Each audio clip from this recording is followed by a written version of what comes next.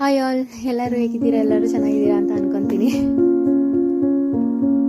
Weather ತುಂಬ cold ಆಗಿರೋದ್ರಿಂದ ನಮ್ಮ ಚಿಕ್ಕ ಮಗನಿಗೆ ಎಣ್ಣೆ ಸ್ನಾನ ಮಾಡಿಸೋದು ಓಲ್ಡ್ ಮಾಡಿದ್ದು. ಇವತ್ತು ಮಾಡಿಸೋಣ ಅಂತ ಎಣ್ಣೆ ಹಚ್ಚಿ ಹಂಗೆ ಬೇಗ ಸ್ನಾನ ಮಾಡಿಸ್ಬಿಟ್ಟು ಕೋಲ್ಡ್ ಆಗುತ್ತೆ ಅಂತ ಕೊಬ್ಬರಿ ಎಣ್ಣೆನೇ ಹಾಕಿದ್ದು. ತಿಂಡಿಗೆ ಇನ್ನು ದೋಸೆ ಮಾಡ್ಕೊಂಡಿದ್ದೆ. ಪ್ರಣಿಗೆ ದೋಸೆ, ಇಡ್ಲಿ, ಚಪಾತಿ, ಪೂರಿ ಈ ಥರದೇ ಇಷ್ಟ. ಅವ್ನು ಗೀತಾಗ ಕೊಟ್ಟಾಗಿಂದ ಈ ಬಾಕ್ಸ್ನ ಬಿಡ್ತಾನೆ ಇಲ್ಲ. ಇನ್ನು ಚಿಕ್ಕ ಪಾಪು ಸ್ನಾನ ಮಾಡಿಸಿದ್ದೆಲ್ಲ ಮಲ್ಕೊಂಡಿದ್ದ. ಇವನು ಹಂಗೆ ಒಂಚೂರು ಚಾಕು ತೊಗೊಂಡು ಏಟ್ ಮಾಡ್ಕೊಬಿಟ್ಟಿದ್ದಾನೆ. ಎಷ್ಟು ಕಣ್ಣಲ್ಲಿ ಕಣ್ಣಿಟ್ಟು ನೋಡ್ಕೊಂಡ್ರು ಈ ಥರ ಸಣ್ಣದಾಗಿ ಮಾಡ್ಕೊಂಡ, ಜಾಸ್ತಿ ಏನು ಮಾಡ್ಕೊಂಡಿಲ್ಲ. ಸರಿ ಅಂತ ಅಡುಗೆ ಮಾಡೋಣ ಅಂತ ಬಂದೆ. ನಮ್ಮ ಮನೆಯವರು ಮಧ್ಯಾಹ್ನ ಟೈಮ್ ಬರ್ತಾಯಿಲ್ಲ, ಫೋನ್ ಮಾಡಿದ್ರು ಏನು ಸಾಂಬಾರು ಮಾಡ್ತೀಯ ಅಂತ. ನಾನು ಹಸಿ ಕಾಳಿದೆ ಉಪ್ಸಾರು ಮಾಡ್ತೀನಿ ಅಂತ ಹೇಳಿದೆ. ಸರಿ, ಅವರು ಒಗ್ಗರಣೆ ಹಾಕಿ ಮಾಡು ಚೆನ್ನಾಗಿರುತ್ತೆ ಅಂತ ಅಂದರು.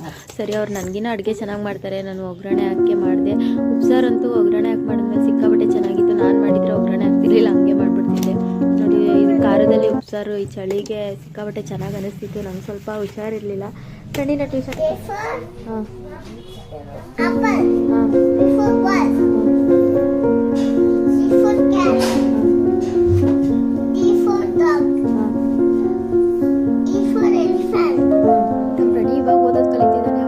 ಇದ್ರೆ ಏನೋ ಒಂಥರ ಖುಷಿ. ಮೊದಲನೇ ಅಕ್ಷರಗಳು ಕಲಿಯುವಾಗ ಎಷ್ಟು ಖುಷಿ ಆಗುತ್ತೆ ಅಲ್ವಾ. ಹಂಗೆ ನಮ್ಮ ನಾಗಣ ಫ್ರೆಂಡ್ ದಯಾಣ ತರಕಾರಿ ತಂದುಕೊಟ್ಟಿದ್ರಂತೆ ಊರಿಂದ. ನಮ್ಮ ನಾಗಣ ಫ್ರಿಜ್ಜಲ್ಲಿ ಇಟ್ಬಿಟ್ಟು ಹೋಗಿತ್ತು, ಊರಲ್ಲಿದ್ದೀವಿ ನಾವು ಅವತ್ತು.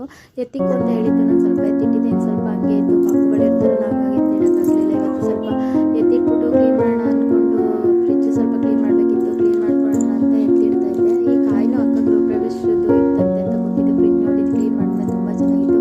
ಹಂಗೆ ಹಾಸ್ಪಿಟ್ಲಿಗೆ ಹೊರಟೆ. ಇವರು ವಿದ್ಯಾ ಅಂತ ತುಂಬ ಚೆನ್ನಾಗಿ ಕೇರ್ ಮಾಡ್ತಾರೆ ನನ್ನಂತೂ. ಯಾಕೆ ಮೇಡಮ್, ಯಾಕೆ ನೀವು ಯಾವಾಗಲೂ ಹುಷಾರಿರಲ್ವಲ್ಲ ಅಂತಿರ್ತಾರೆ. ನಾನು ಹೋದಾಗೆಲ್ಲ ಈ ಅಮ್ಮ ನನ್ನ ಪಾಪನ ಎತ್ಕೊಂಡಿರುತ್ತೆ, ತೋರಿಸ್ಕೊ ಬಾರಾಗವ ಅಂತ.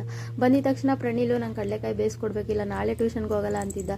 ಸರಿ ಅಂದ್ಬಿಟ್ಟು ಎಷ್ಟೇ ಕಷ್ಟ ಆದರೂ ಮಕ್ಕಳು ಕೇಳಿಂದ ಮಾಡಿಕೊಡ್ಲೇಬೇಕಲ್ವಾ. Thank you.